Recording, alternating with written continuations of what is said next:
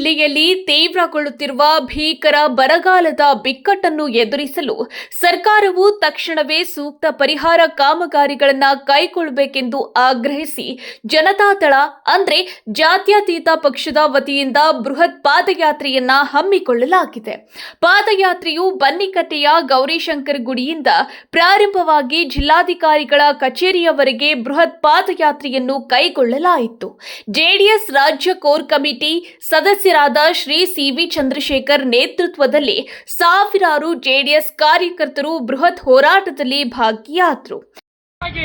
ಜಾತಿಗಳಲ್ಲಿ ಬೀಜವನ್ನು ಬಿತ್ತಿ ಅಧಿಕಾರದ ಕುತಂತ್ರದಿಂದ ಅಧಿಕಾರದ ಗತಿಯನ್ನು ಏರ್ತಿದೆಯಾ?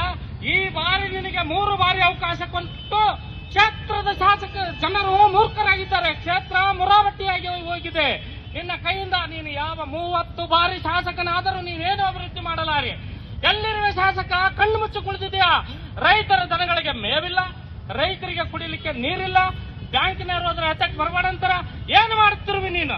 ನಿನಗೇನು ವಿವೇಕ ಇದೆಯಾ?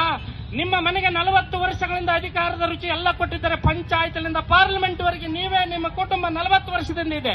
ನೀವು ಏನು ಮಾಡಿದ್ದೀರಿ? ಕೊಪ್ಪಳ ಬಂಗಾರದ ನಾಡಾಗಿತ್ತು. ನಿಮ್ಮ ಬುದ್ಧಿಯನ್ನು ಅರಿತುಕೊಂಡು, ನಿಮ್ಮ ಮನಸ್ಸಿನ ಇಚ್ಛೆಯನ್ನು ಅರಿತುಕೊಂಡು ಈ ಕ್ಷೇತ್ರದ ಸ್ತ್ರೀಗಳು 108 ಅಡಿ ಗೋಪುರ ಕಟ್ಟಲಿಕ್ಕೆ ತಂದಿರತಕ್ಕಂಥ ಕೋಟ್ಯಾಂತರ ರೂಪಾಯಿಗಳನ್ನು ಹಿರೇಹಳ್ಳ ಸ್ವಚ್ಛ ಮಾಡಿದ್ರೆ ನೀವು ಬ್ರಹ್ಮ ರಾಕ್ಷಸರಂತೆ ಹಳ್ಳವನ್ನು ಬಗೆದು ಬಿಟ್ರಿ. ಆ ಬರಗಾಲದ ಭೀಕರತೆಯಿಂದಾಗಿ ಜಿಲ್ಲೆಯ ರೈತರು ತೀವ್ರ ಸಂಕಷ್ಟಕ್ಕೆ ಸಿಲುಕಿದ್ದು, ಬೆಳೆ ನಷ್ಟ, ಕುಡಿಯುವ ನೀರಿನ ಅಭಾವ ಮತ್ತು ಜಾನುವಾರುಗಳಿಗೆ ಮೇವಿನ ಕೊರತೆಯಿಂದಾಗಿ ಜೀವನೋಪಾಯವೇ ಕಷ್ಟಕರವಾಗಿದೆ.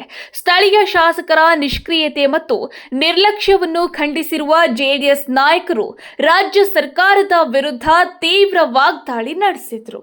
ರೈತರು ಅತಿಯಾದ ಆರ್ಥಿಕ ಸಂಕಷ್ಟದಿಂದ ವಲಸೆ ಹೋಗುವುದನ್ನು ಹಾಗೂ ಅಸಹಾಯಕರಾಗಿ ತೀವ್ರ ಹೆಜ್ಜೆಗಳನ್ನು ಇಡುವುದನ್ನು ತಡೆಯಲು ಜಿಲ್ಲಾಡಳಿತದ ಮೇಲೆ ಒತ್ತಡ ಹೇರಲು ಈ ಪಾದಯಾತ್ರೆಯನ್ನ ರೂಪಿಸಲಾಗಿದ್ದು, ಈ ಬೃಹತ್ ಪಾದಯಾತ್ರೆಯ ಮೂಲಕ ಸರ್ಕಾರಕ್ಕೆ ಪ್ರಮುಖ ಬೇಡಿಕೆಗಳನ್ನು ಸಲ್ಲಿಸಲಾಗುತ್ತಿದ್ದು, ಕೊಪ್ಪಳ ಜಿಲ್ಲೆಯನ್ನ ತಕ್ಷಣವೇ ಸಂಪೂರ್ಣ ಬರಪೀಡಿತ ಪ್ರದೇಶವೆಂದು ಘೋಷಿಸಬೇಕು ಮತ್ತು ರೈತರ ಬೆಳೆ ನಷ್ಟಕ್ಕೆ ತಕ್ಷಣ ಸೂಕ್ತ ಪರಿಹಾರ ಬಿಡುಗಡೆ ಮಾಡಬೇಕು ಎಂದು ಒತ್ತಾಯಿಸಲಾಗಿದೆ.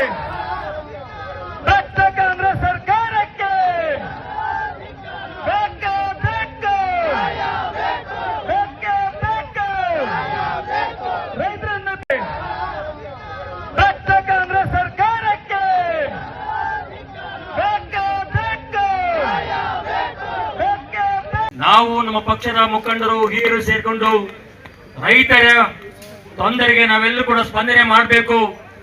ರೈತ ಈ ದೇಶದ ಬೆನ್ನೆಲುಬು ಅಂತ ಮಾತಾಡ್ತೇವೆ. ಆದ್ರೆ ಇವತ್ತು ಸರ್ಕಾರ ಹವಾಮಾನದ ಒಂದು ಮುನ್ಸೂಚನೆ ಇತ್ತು, ನಿಮ್ಗೆ ಗೊತ್ತಿಲ್ಲ ಅಂತಲ್ಲ. ಹವಾಮಾನ ಮುನ್ಸೂಚನೆ ಮೇ ತಿಂಗಳಿತ್ತು. ಈ ವರ್ಷ ಬರಗಾಲ ಆಗುತ್ತೆ, ಮಳೆ ಕಡಿಮೆ ಆಗುತ್ತೆ ಅಂದ್ರೂ ಕೂಡ ನೀವು ಯಾವುದೇ ಒಂದು ಕಾರಣಕ್ಕೂ ಕೂಡ ರೈತರ ಬಗ್ಗೆ ಕಾಳಜಿ ಮಾಡದೆ, ಯಾವುದೇ ಒಂದು ಮುಂಜಾಗ್ರತಾ ಕ್ರಮವನ್ನು ಕೂಡ ತೆಗೆದುಕೊಳ್ಳದೆ ನೀವು ಕಾಲಹರಣ ಮಾಡಿದ್ದೀರಿ.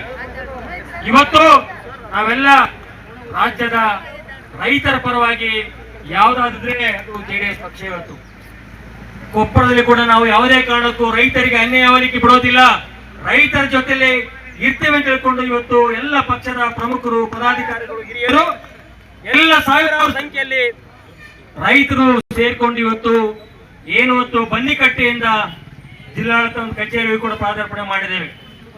ಇವತ್ತು ಸರ್ಕಾರಕ್ಕೆ, ಸನ್ಮಾನ್ಯ ಶಾಸಕರಿಗೆ ಇದು ಎಚ್ಚರಿಕೆ ಗಂಟೆ. ಇದು ನಾವು